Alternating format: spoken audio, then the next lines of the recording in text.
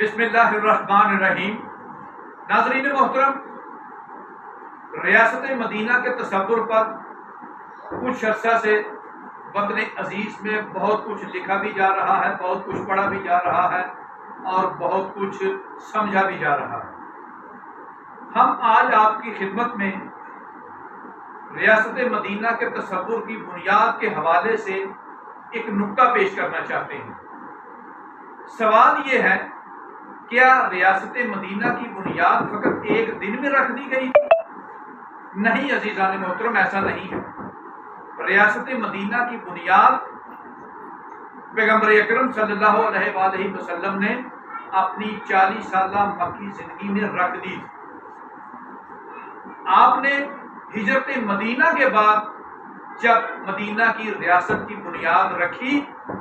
تو اس سے پہلے 40 سالہ مکی دور میں آپ نے اپنی معاشرتی زندگی میں اس کا عملی نمونہ اپنے مخالفین کو بھی دکھا دیا اور اپنے محبان کو بھی دکھا دیا۔ وہ کس طرح؟ آپ نے مکہ کی پہاڑی پر تشریف لے جا کر اہل مکہ کو مخاطب کر کے یہ کہا تھا کہ اگر میں تمہیں کہوں کہ اس پہاڑی کے پیچھے ایک ایسا لشکر موجود ہے جو تم پر ابھی حملہ کرنے والا ہے، تو کیا تم میری اس بات پر یقین کر لو گے؟ تو اہل مکہ نے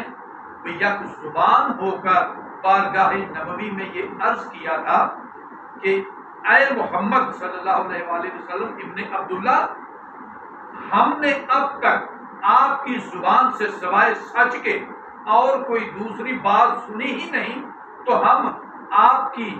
ماضی کی زندگی، آپ کی سچائی کی مبنی زندگی کو مد نظر رکھتے ہوئے اس بات کا فوراً یقین کر لیں گے کہ اس پہاڑی کے پیچھے ایک لشکر ایسا موجود ہے جو ہم پر ابھی حملہ کرنے والا ہے۔ تو ثابت یہ ہوا کہ پیغمبر گرامی صلی اللہ علیہ وآلہ وسلم کے جو جانی دشمن مکے کے کفار اور مشرکین تھے، انہوں نے آپ کی رسالت کا کلمہ تو نہیں پڑھا تھا، مگر آپ کی صداقت اور امانت کا اپنی زبان سے اقرار ضرور کر لیا۔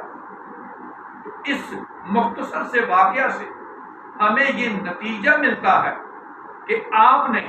قیامت تک کے آنے والے مسلمان حکمرانوں کے لیے یہ مثال قائم کر دی کہ مملکت اسلامی کا جو کوئی بھی جس دور کا بھی